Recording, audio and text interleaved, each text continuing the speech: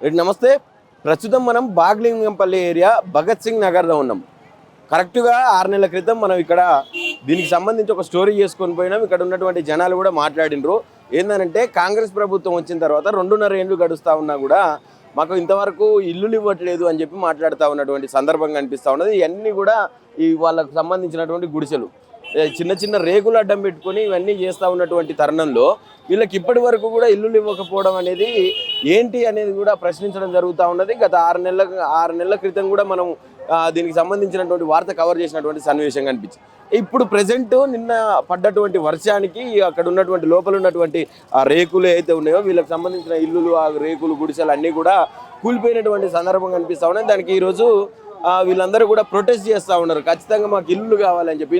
ఇందులో కొంతమందికి గాయాలు కూడా అయినంటే పైన ఏదైతే చెట్లు ఉన్నాయో అవన్నీ కూడా విరిగిపడి లోపల మొత్తం అలా ఇళ్ళ మీద పడి లోపలికి రావడంతో అక్కడ ఉన్న లోపల ఇళ్లలో ఉన్నటువంటి ఎవరైతే నివాసితులు ఉంటారో వాళ్ళందరికీ కూడా గాయాలైనటువంటి పరిస్థితి అయితే మనకు వాళ్ళు చెప్తా ఉన్నారు. వాళ్ళని కూడా కొంతమందిని హాస్పిటల్ కూడా తరలించినామని చెప్పి చెప్తా ఉన్నారు. ప్రధానంగా చూసుకుంటే ఇక్కడ ఉన్నటువంటి ఎవరైతే ఈ నివాసితులు ఉన్నారో వాళ్ళందరికీ కూడా ప్రధానంగా ఇక్కడ గెలిచినటువంటి ఎమ్మెల్యే బీఆర్ఎస్ నుంచి కాంగ్రెస్ పార్టీ ఏం చెప్తా ఉన్నది అంటే ప్రధానంగా ఇక్కడ ఉన్నటువంటి వీళ్ళెవరు కూడా కాంగ్రెస్ పార్టీని గెలిపించుకోలేదు, కొంత బీఆర్ఎస్ని గెలిపించారు కాబట్టి వీళ్ళకి మేము ఎందుకు చేయాలనే తరుణంలో అనే కోణంలో ఆలోచిస్తుందా మరి ఏంది అనేది కూడా ఒకసారి ఆలోచన చేయాలి. ఎందుకంటే ప్రభుత్వం ఉన్నది కాంగ్రెస్ ప్రభుత్వం, ముఖ్యమంత్రి కాంగ్రెస్ పార్టీ నుంచి ఉన్నాడు. ఎవరు గెలిస్తే ఏంది, ఆ రాష్ట్ర ప్రజలందరికీ న్యాయం చేయాలి, అన్ని రకాలుగా ఆదుకోవాల్సినటువంటి పూర్తి నైతిక బాధ్యత ముఖ్యమంత్రి మీద ఉంటుంది. కానీ ఇక్కడ ఉన్నటువంటి కాంగ్రెస్ ప్రభుత్వం ఇప్పుడు వీళ్ళని విస్మరిస్తూ ఉన్నటువంటి సందర్భం.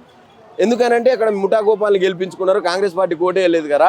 ఇంకోటి ఏంటంటే ఇక్కడ ఉన్నటువంటి ప్రజలందరూ కూడా ఒక 80% పాలమూరు నుంచి ఉంటారు. వీళ్ళు కూడా నన్ను గెలిపించకుండా, అంటే మా కాంగ్రెస్ని గెలిపించకుండా మీరు పక్కన బీఆర్ఎస్ని గెలిపించారు అన్న ఒక దృక్పథంతో చూస్తూ ఉన్నదంటే ఇది ఎంతవరకు సమంజసమో ఒకసారి ప్రభుత్వాన్ని కూడా ఆలోచించాలి. ఒకసారి మాట్లాడే ప్రయత్నం చేద్దాం కొంతమందితోటి. బ్రదర్ ఏం చెప్తారు దీనికి సంబంధించి? గత 6 నెలల క్రితం కూడా మనం ఒక స్టోరీ చేసుకున్నాం. ఏం జరుగుతూ ఉన్నది ప్రజెంట్? అంటే ఈ పోరాటం ఈ రోజు నుంచి జరుగుతున్నది కాదు. గత 30 సంవత్సరాల నుంచి ఇక్కడ ఉన్నటువంటి ప్రజలు పాలమూరు నుంచి వలస వచ్చి ఇక్కడ కూలీనాలు చేసుకొని బతుకుతున్నటువంటి ప్రజలు.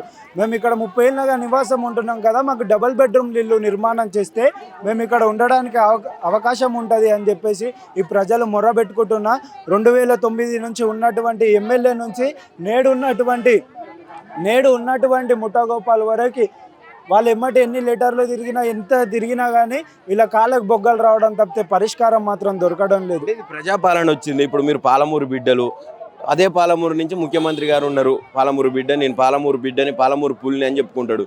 మరి ఎందుకు ఇటు చూస్తలేడు? అసలు మొన్న రీసెంట్గా పొన్నం ప్రభాకర్ ఇడికి వచ్చి ఇందిరమ్మ క్యాంటీన్ అని చెప్పి అది ఓపెన్ చేసిపోయినటువంటి సందర్భం. మరి ఈ కనపడలేదా? ప్రభుత్వం దృష్టికి ఎందుకు పోతలేడు? ఎమ్మెల్యే విషయం పక్కన పెట్టినా ఇప్పుడు మొత్తం తెలంగాణలో రాష్ట్ర ప్రభుత్వం ఉన్నది కాంగ్రెస్ ప్రభుత్వం. ప్రజాపాలన అని చెప్పింది, ఇది పేదోళ్ళ రాజ్యం తెచ్చిన, ఇందిరమ్మ రాజ్యం తెచ్చిన.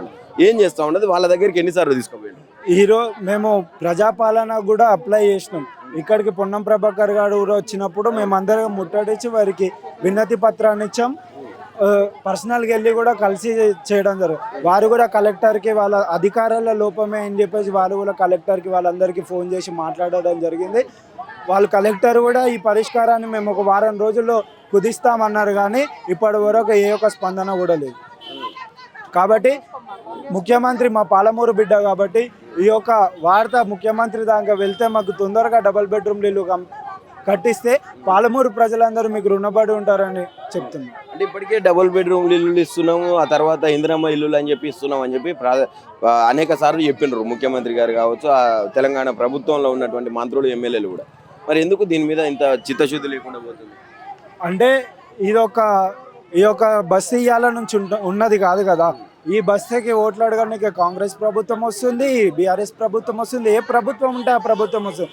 వాళ్ళ దృష్టికి తీసుకుపోవాల్సిన బాధ్యత ఇక్కడ ఉన్నటువంటి ఎమ్మెల్యే కానీ, ఇక్కడ ఉన్నటువంటి లోకల్ లీడర్. మరి ఎందుకు పాలమూరు ప్రజలపై ఇంత వివక్ష చూపుతున్నారో మాకు అర్థమవుతలేదు. ఆనాడు ఉన్నటువంటి లీడర్లు కూడా మీ పాలమూరు ప్రజలకు ఇక్కడ 1 సెంటు భూమి కూడా దొరకనీయమని చెప్పేసి ఇక్కడ ఉన్నటువంటి ప్రజల్ని తరిమేయడానికి చూస్తే ఇక్కడ ఉన్న వాళ్ళు కొంగుల్లో కారాలు కట్టుకొని వారిని తరిమి కొట్టినటువంటి చరిత్ర ఈ బస్తీకి ఉంది. ఈ బస్తీ ఇవాళ వెలిసింది కాదు కదా, పట్టణం నడిబొడ్డున గత 40 సంవత్సరాల నుంచి. మరి ప్రభుత్వాలకు ఆ చిత్తశుద్ధి ఉండాలి. ప్రజలు మా పాలమూరు బిడ్డలు ఇక్కడ ఉన్నారు కదా, మరి వాళ్ళకి డబుల్ బెడ్రూమ్లు ఇస్తే వాళ్ళు మమ్మల్ని తలుచుకుంటారు కదా అనే ఒక ఆలోచన నేటి ప్రభుత్వానికి, కాంగ్రెస్ ప్రభుత్వానికి ఉండాలి, ఇందిరమ్మ రాజ్యానికి ఉండాలి. ఎట్లా ఉన్నది ప్రజెంట్ నిన్న జరిగినటువంటి వర్షానికి పడ్డటువంటి వర్షానికి ఇప్పుడు ప్రజెంట్ పరిస్థితి? ఇలా ఇక్కడ యాక్చువల్ అయితే ఒక 2 నెలల నుంచి అక్రమ రోడ్డు ఇదే బస్సు మీ నుంచి నిర్మాణం చేస్తామని చెప్పేసి అంటే మేమందరం వెళ్ళి దాన్ని ఆపేయాలంటే మీ అందరినీ కేసులు పెట్టి లోపడేస్తామని బెదిరింపులు చేస్తే మేము మొర్ర పెట్టుకున్నాం. ఏమని, వర్షాకాలం వస్తుంది, వర్షాకాలం వస్తే నీళ్ళన్నీ బస్సీలోకి వెళ్ళి ఇల్లు నిండిపోతాయి, ఇక్కడ ఉన్నటువంటి ప్రజలు ఇబ్బందుల పాలవుతారంటే పట్టించుకోకుండా ఎగతాళి చేసినట్టు మాట్లాడిన పరిస్థితి. నిన్న కురిసినటువంటి హెవీ వానకి చెట్టు కొమ్మలు ఇరిగిపోయి మీరు చూడొచ్చు, చెట్టు కొమ్మలు ఇరిగిపోయి కొంతమంది గాయాల పాలయ్యారు. ఇంట్లోకి నీళ్లు నిండితే నీళ్ళు ఎత్తిపోసుకున్నటువంటి పరిస్థితి. ఈ పరిస్థితి జరుగుతుందని చెప్పేసి మేము 6 నెలలుగా దీనికోసం పోరాడుతుంటే ఇక్కడ ఉన్నటువంటి యువతను అసలు ఒక చీమ నిమ్మకు నీరు కట్టినట్టుగా చూస్తున్నారు. అంటే మీరేం చేస్తారులే అన్నట్టు ఒక ఎగతాళి చేసినట్టు మాపై మాట్లాడుతున్నారు. ఇక్కడ ఉన్నటువంటి యువత అందరి గ్రాడ్యుయేషన్ కంప్లీట్ చేసినారు. మేము ఇప్పుడే ప్రభుత్వానికి కానీ ఇక్కడ ఉన్నటువంటి నాయకులకు కానీ హెచ్చరిస్తున్నాం, మమ్మల్ని రెచ్చగొట్టొద్దు. ఎందుకంటే పాలమూరు ప్రజల ఇది పక్కా ఇళ్ళ పోరాటం కాస్త పాలమూరు ప్రజల ఆత్మగౌరవంగా మారుతుంది, ఆత్మగౌరవంగా పోరాటం మారుతుందని హెచ్చరిస్తుంది. ఇంత పాలమూరు నుంచే ఎక్కువ అధిక సంఖ్యలో ఉన్నారు కదా, మరి పాలమూరు బిడ్డ ఎందుకు స్పందిస్తలేడు? పాలమూరు ఆత్మగౌరవం కోసం కొట్లాడాల్సినటువంటి అవసరం ఎందుకు వస్తుంది? పాలమూరు బిడ్డే ఇక్కడ అధిష్టానంలో ఉన్నాడు కదా. పాలమూరు ఆయన దృష్టికి కూడా తీసుకోవాలని ఎన్నోసార్లు ప్రయత్నం చేసాం. ఎంతోమంది నేడున్న మినిస్టర్లకు కూడా చూసాం. మరి వారు కూడా పాలమూరు ప్రజలపై వివక్ష చూపిస్తున్నారు. కాబట్టి దీనిపైన ఎంత తొందరగా స్పందిస్తే పాలమూరు ప్రజలకు అంత న్యాయం జరుగుతుందని చెప్పేసి ముఖ్యమంత్రి గారికి కూడా రిక్వెస్ట్ చేయడం జరుగుతుంది. మరి కొంతమందితో కూడా మాట్లాడిపించే ప్రయత్నం చేద్దాం. అసలు ఏమనుకుంటున్నారని. ఏందమ్మా పాలమూరు బిడ్డ అని మీరందరూ పాలమూరు నుంచే ఉన్నారు కదా, పాలమూరు వాళ్ళు ఉన్నారు, మరి ఇక్కడ ముఖ్యమంత్రి కూడా పాలమూరు ఆయనే ఉన్నాడు, ఎందుకు చూస్తలేడు? ఏమో సారు మాకు ఆయనను మాకు తెలియదు, ఆ సారు మాకు తెలియడు. మొగోళ్ళు పోతారు, వాళ్ళకి తెలుపుకుంటారు, వాళ్ళు ఏం చెప్తారో వాళ్ళకి అర్థం అవుతుంది. ఇప్పుడు పిల్లలు వస్తున్నారు, పిల్లలు పోతున్నారు, మీటింగ్లకు రాండి అంటే మేము పోతున్నాం, డబ్బులు అయినా పెట్టుకొని పోయేస్తున్నాం. పోయినప్పుడు ఏం చేస్తారు, ఇస్తాం పో అంటారు, మళ్ళీ వస్తాం. అట్లా పనులు చేసుకొని ఇస్తారు. మళ్ళీ మీటింగ్ పోతున్నాం, వస్తున్నాం, అలా తాను పోయి వస్తున్నాం. వాళ్ళకి అక్కర వస్తలేదు సార్. మా విన ఒక వాళ్ళు చెప్పాలి, ఆశ పెడతా అంటే ఆశ, కొడతా అంటే భయమే కదా సార్. నా పిల్లలకు పిల్లలు అయినరు, నేను ముసల్దాని అయినా, ఇప్పుడు నాకు రోగం వచ్చింది, చచ్చిపోలేదు, బతికినా. నీలపూరి హాస్పిటల్ పోయి బతికినా సార్. నేను తినడానికి తిండి లేదు, ముసలోడు చేసుకొస్తే గతి లేకపోతే లేదు. నా కొడుకు 3 ఆడపిల్లలు. తెలంగాణ వాళ్ళ అమ్మమ్మ వచ్చి ఎక్కించుకొని పోయింది, బిడ్డ ఫోన్ చేస్తే రాత్రి తెల్లారి నిద్ర లేదు, పిల్లలు ఆకలితో నేర్చుకున్నారు. 3 ఆడపిల్లలు సార్. దళిద్రం దాన్ని నేను. ఒక్కో కొడుకు 3 ఆడపిల్లలు, ఒక కొడుకు బిడ్డ, 4 మనవరాలు సార్. మాకు ఇల్లు లేవు, మాకేమైనా ఆస్తి ఎక్కువ ఉంటే మాకు ఇయ్యకు. ఊరు ఆస్తి ఉంటే 10 ఎకరాలు 5 ఎకరాలు ఉంటే మాకు ఇయ్యకు. 2 ఎకరాల చిలకకు తప్పితే ఏం లేదు సార్. మాకు రాత్రి అంతా నీళ్లు రాలేదు, మా కళ్ళకు రక్తం వచ్చింది. నా పిల్లగాడు, నా పిల్లగాడు నేను దాక్కున్నా, ఈయనే పుట్టిండు, ఈయనే పెరిగిండు. అన్న నేనేమో పోతుంటే ఇట్లా పట్టుకొని గుంజుకున్నా. ఇప్పుడు తోలుకొస్తా పిల్లలు అదురుకొని చల్లగా దుప్పటి కప్పి ఒక ఇసంటి పడం పడితే ఇంట్లోకి నీళ్ళు పోతే ఇటువంటి పడతాం, మరో పడవచ్చు. పండుగ పెట్టుకున్నా సార్. పండుగ పెట్టుకున్నా కానీ ఒక్క తండ్రి వచ్చి మాకు మళ్ళీ లేదు. ఇందిరమ్మ రాజ్యం తెచ్చిన, ఇందిరమ్మ ఇల్లు అందరికి ఇచ్చిన, ఇప్పటికీ అంటున్నా ఇందిరమ్మ ఇల్లు ఇచ్చిన వాళ్ళకి ఎవరు మొత్తం కరెంటు బిల్లు 1000 రూపాయలు కట్టుకున్నా కదా సార్. 1000 రూపాయలు కట్టించిన దానికన్నా ఇయ్యాలి కదా సార్. అవి అక్కడ చూపించిన పోతాం కదా. కరెంటు బిల్లు నల్ల బిల్లు లేదు కానీ కరెంటు బిల్లు కడుతున్నాం. నెలకు 100 రూపాయలు వస్తాయి, ఇస్తలేడు. ఈ ప్రభుత్వమే పేదోళ్ళది అంటున్నా ఆయన. ఏది పేదలకు ఏడ చేసేది ఆయన చేసిండు, ఏడ చేసిండు ఆయన సాయం. ఏది రోడ్డు బాగా చేసిండు సార్. ఎక్కడ చేస్తే చేయాలట. రోడ్డు బాగా చేస్తే ఏడ గుడిసెలు కాని రావద్దు అంటున్నాడు ఆయన. ఏడ గుడిసెలు కాని రావద్దు, ఉన్న ఇల్లు కూలగొట్టిపోతా అంటున్నాడు. దేవేందర్ రెడ్డి ఏంటికి వచ్చిండు, ఆయన ఉన్న ఇల్లు కట్టించిన ఇల్లు కూలగొట్టడానికి వచ్చాను. నేను ఆయన ముందు అయినా మాట్లాడతా. చంపేస్తే చంపేయండి, నా పానం పోయినా సరే. నా పిల్లలు, నా ఆడపిల్లలైనా వస్తారు. నా పానం పోయినా నా నాయనమ్మ మా గురించి బాధపడ్డది, మాకు చదువుల గురించి బాధపడ్డది అని నా పిల్లలని అనుకుంటారు. ఆయన వచ్చే మాకేం చేయలే, ఆధార్ కార్డు ఒక్కటి చేసిండు. ఆ.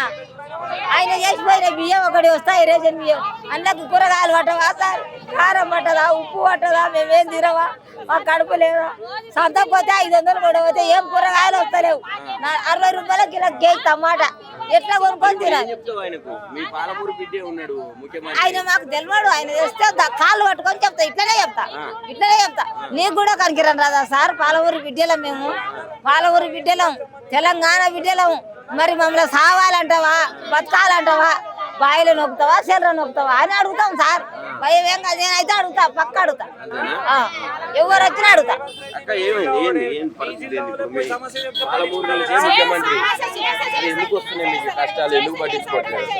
ఏమోనైనా పట్టాలు ఇస్తామని చెప్పినారు వస్తామని వాళ్ళు వస్తారని ఆనందపడినాం వాళ్ళు ఇంతవరకు అయింది ఒక్కరు కాకుంటే ఒక్కరు వస్తలేరు ఇప్పటి వరకు రేపు వస్తుంది ఎల్లుండి వస్తాయి అనుకుంటూనే ఉన్నారు మేము అట్లానే సంతోషించుకుంటే వస్తున్నాము అదే ఒక సంతోషం నీళ్ళు కొడుతున్నారు వాళ్ళు రాత్రి వచ్చిన వర్షానికి ఎవరికి ఏమయ్యేది తెలియదు రాత్రి ఆ రేకులు వచ్చి మిందు పడితే మేము చచ్చిపోవాలా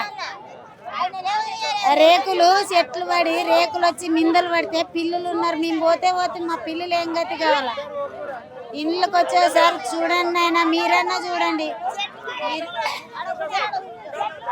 మీరన్నా వచ్చి చూడండి అయినా ఎంత బొక్కలు పడి ఇండ్లు అట్లా ఇంద్రమ్మ ఇల్లు ఇస్తలేడా రేవంత్ రెడ్డి అయినా లేదు మాకు ఇంద్రమ్మ ఇల్లు ఇప్పటిదాకా ఏమీ లే ఇచ్చింటే మాకు ఈ బాధ ఎందుకు ఈ బాధ అవసరమే మా ఇంట్లో మేము ఉంటాం కదా నువ్వు వాళ్ళని పోగొడతాము అసలు మీరేమో ఇల్లు కావాలంటారు ఆయన ఏమో ఈడంగా రోడ్డు వేయాలంటే ఇవన్నీ తీసేస్తాం అంటారు ఇంట్లో ఎట్లా తీసేస్తాం మేము ఏడపోయి ఉండాలా మేము ఏడపోయి ఉండాలి మాకు ఇండ్లు కట్టించేదో ఇండ్లు ఇచ్చేదో చూపిస్తే మేము పోతాం లేకపోతే ఎట్లా పోలే మేము ఏడానికి కిరాయిలు ఏం తక్కువ ఉన్నాయా 10,000 8,000 అట్లా ఉన్నాయి మేము కట్టుకోలేము నాయనా మాకు కష్టంగానే అంత కష్టం మాకు జాబులు లేవు కూలి పోతే తింటాం లేకపోతే లేదు మేమేం పని చేస్తాం ఒక రోజు పని ఉంటే ఒక రోజు పని ఉండదు వాళ్ళకేం సాఫ్ట్వేర్ ఇంజనీర్లు వాళ్ళు బాగుంటాయి కట్టలు వాళ్ళు ఇష్టం వచ్చినట్లు వాళ్ళు చేస్తారు మేము పేదోళ్ళు నాయనా మాకు ఏ రకంగా వస్తాయి కష్టం చేస్తేనే తినేది